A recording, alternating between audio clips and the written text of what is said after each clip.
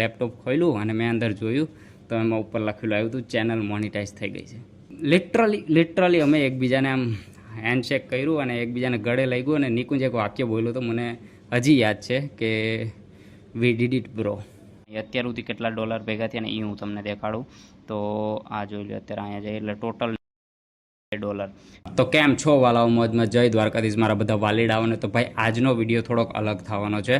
એનું કારણ કે મને યાદ છે હું રક્ષાબંધનના દિવસે જ્યારે ઝોમેટોમાં કામે ગયો હતો ને તો ત્યારે વિડીયો શૂટ કરતો હતો. ત્યારે મને એક રાઇડર ભાઈ ભેગો થયો.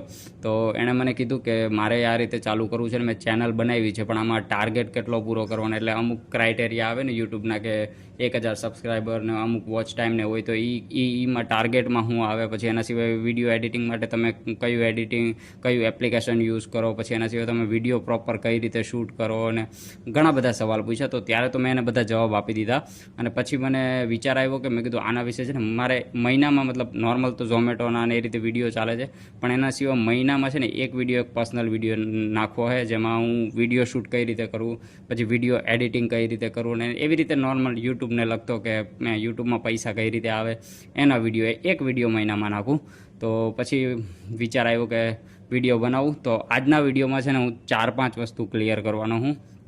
એક તો કે ચેનલ મોનિટાઈઝ કરવા માટે કયા ટાર્ગેટ જોઈએ, પછી બીજું મારી ચેનલ ક્યારે મોનિટાઈઝ થઈ ને મને કેટલી વાર લાગી, ત્રીજું કે ચેનલ જ્યારે મોનિટાઈઝ થાય ત્યારે ફિલિંગ કેવી આવે, કારણ કે મહેનત બહુ લાગે ભાઈ. જેટલું હેલું લાગતું હોય ને કે ના ભાઈ એટલા મિલિયન વ્યૂ આવી જાય ને બહુ અઘરું લાગે. તો એ ત્રીજી વસ્તુ કે મને કેવી ફિલિંગ આવી, અને ચોથી કે જે મારી ચેનલ મોનિટાઈઝ થઈ છે તો એમાં અત્યાર સુધી કેટલા $. ભેગા થયા, એટલે જે પૈસા આવે એ ડોલરમાં આવે તો કેટલા $. ભેગા થયા છે એ હું તમને કહી, અને બીજી ઘણી બધી વસ્તુ કવર કર્યું, પણ મેઇનલી આ 4 વસ્તુ કવર કર્યું. તો સૌથી પહેલાં તો ચેનલ મોનિટાઈઝ કરવા માટે કયો ટાર્ગેટ જોઈએ.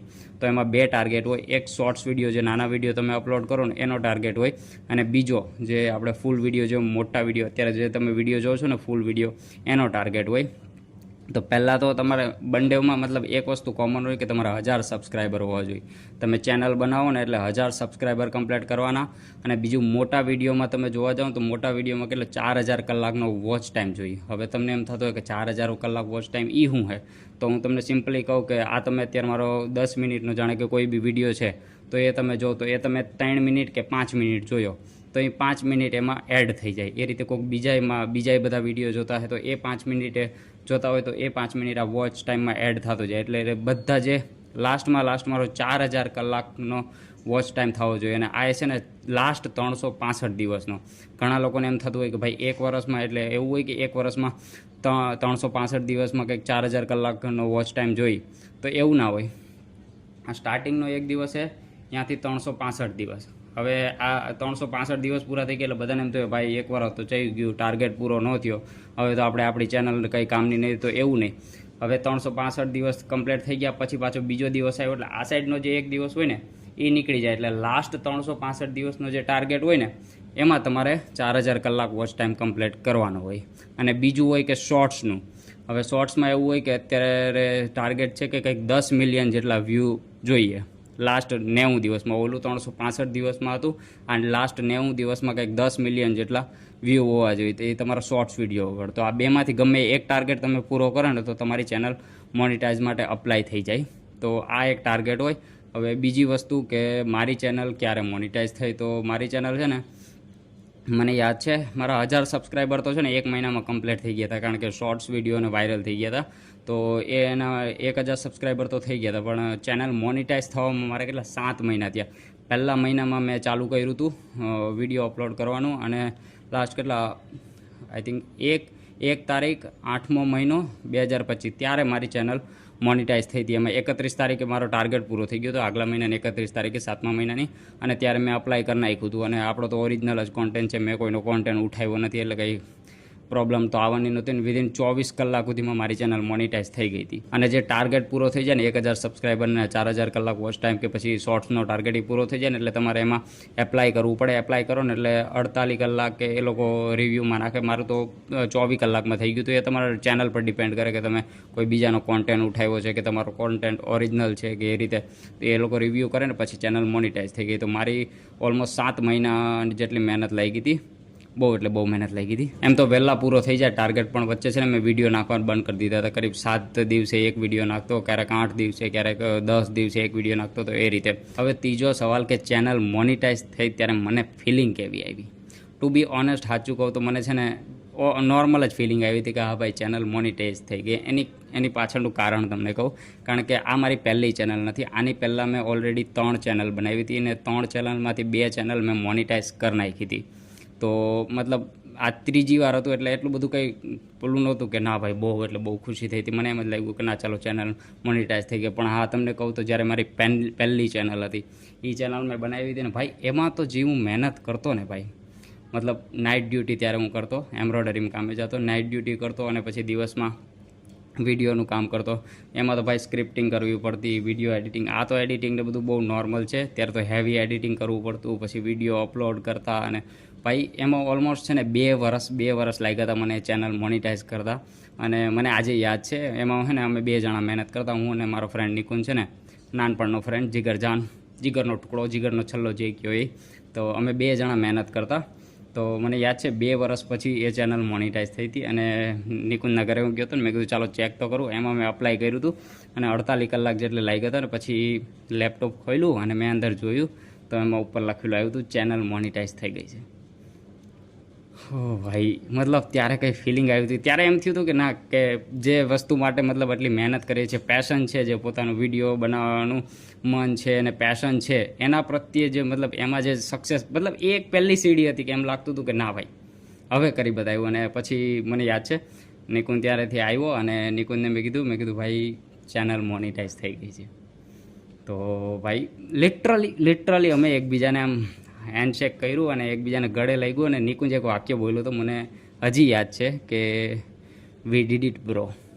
ભાઈ કઈ ફિલિંગ હતી એ, કારણ કે પહેલી વાર એમ એવું લાગ્યું હતું કે ના, પોતાના પેશન પ્રત્યે એમ છે ને આમ કંઈક હવે આમાં તો આપણે ફોડી જ નાખ્યું. પણ કંઈ કારણોસર એમાં, હા મને યાદ છે, એમાં ઓલમોસ્ટ 31 થી 32 જેટલા ડોલર એ ભેગા થયા હતા. પણ કંઈ કારણોસર એમાં વિડીયો બનાવવાનું બંધ કરી દીધું. એના પછી બીજી ચેનલ બનાવી, એ ચેનલ મોનિટાઈઝ કરી, પછી એમાંય થોડાક ટાઈમ પછી એ બંધ કરી દીધું. ને પછી અત્યારે આ ચેનલ બનાવી. અત્યારે આ ચેનલ તો મેં ને સાચું કહું તો રમતા બનાવી હતી, કારણ કે મને એવું હતું કે હા, મેં નોકરી મૂકી દીધી હતી અને ઝોમેટોમાં સાઈડમાં વિડીયો એડિટિંગનું કરતો અને આ ઝોમેટોનું કરતો. મને લાગ્યું ચાલ ને હજી એકવાર લાસ્ટ વાર ટ્રાય કરી જાઉં. હું ટુ બી ઓનેસ્ટ એક વસ્તુ કહું, એ જે પહેલી ચેનલ હતી ને, જેમાં હું એ ચેનલમાં જે હું મહેનત કરતો ને, એ અત્યારે જે મહેનત કરું છું ને એની 10 થી 20% નથી. એટલે જરાક અંદાજો લગાડી જતો કે એ ચેનલમાં હું કેટલી મહેનત કરતો હતો. પણ કંઈ વાંધો નહીં, જે થાય હારા જ માટે થાય.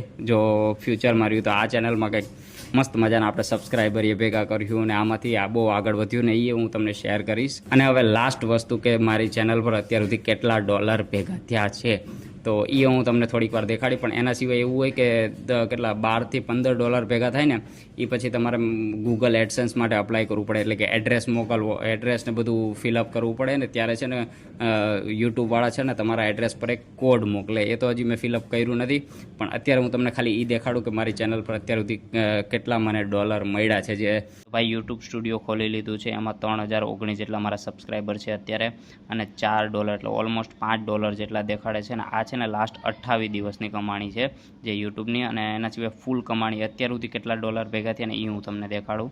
તો આ જોઈ લો, અત્યારે અહીંયા જઈએ એટલે ટોટલ $9.2 એટલે $9.2 જેટલા ભેગા થયા. $100 કમ્પ્લીટ થાય ને પછી એકાઉન્ટમાં આવે. અહીંયા સાઈડમાં તમને સ્ક્રીનશોટ દેખાતો હોય, એ $9.2 કેટલા 812 રૂપિયા જેટલા થાય. હવે તમને એમ થતું હોય કે ભાઈ 40 દિવસમાં ખાલી 812 જ રૂપિયા જેટલી કમાણી થઈ. તો એ એટલા માટે કારણ કે છે ને હું છે ને રેગ્યુલર વિડીયો નથી નાખતો અત્યારે ઘણા ટાઈમથી. હું કહેવાય ક્યારેક 5 દિવસ 10 દિવસ ને રેગ્યુલર નથી, પણ ટૂંક સમયમાં તમારો ભાઈ મસ્ત મજાનો રેગ્યુલર થઈ જવાનો છે. અને આ છે ને $9 છે ને, એ તમારા હિસાબે સાહેબ તમને એમ થતું હોય કે ભાઈ 40 દિવસમાં ખાલી $9. પણ ભાઈ સાચું કહું તો આજે 7 મહિનાની પ્રોસેસ છે. આખી 7 મહિનામાં ચેનલ મોનિટાઈઝ થઈ, પછી એના સિવાય પછી જે આ ચેનલ પર હવે એડ આવે એના પૈસા મળે. તો ભાઈ મારા માટે તો બહુ એટલે બહુ મોટી, જે લોકો નવા યુટ્યુબર હશે ને અને જે ટ્રાય કરતા હશે ને યુટ્યુબમાં કંઈક કરવાની માટે, તો એ લોકોને ખબર હશે કે ચેનલ મોનિટાઈઝ કરવી. ને પછી એના સિવાય આપણે જે $9 દેખાય એના પાછળ કેટલી બધી મોટિવેશન છે. તો અત્યારે તો ભાઈ આવું જ છે. તો ભાઈ ટોટલ આ રીતે હતું. હવે આના સિવાય પછી હું મહિનામાં એકાદો વિડીયો એ બનાવવાનો છે કે હું વિડીયો કઈ રીતે શૂટ કરું એનો વિડીયો બનાવવાનો છું. પણ એના સિવાય એના સિવાય ઘણા ટાઈમથી મેં Q&A જ્યારથી ચેનલ ચાલુ કરી ત્યાં સુધી એને સવાલ જવાબનો એક વિડીયો બનાવ્યો નથી Q&Aનો. તો ટૂંક સમયમાં તમે કહેતા હો તો એ વિડીયો બનાવી અને એના સિવાય વિડીયો એડિટિંગ ને મતલબ તમે કમેન્ટ કરજો કે એના વિશે વિડીયો બનાવું. અને એના સિવાય સપોર્ટ કરતા રહેજો તમારા ભાઈને, વિડીયોને બને એટલો શેર કરજો. તો બસ મળીએ હવે નવા વિડીયોમાં. જય દ્વારકાધીશ.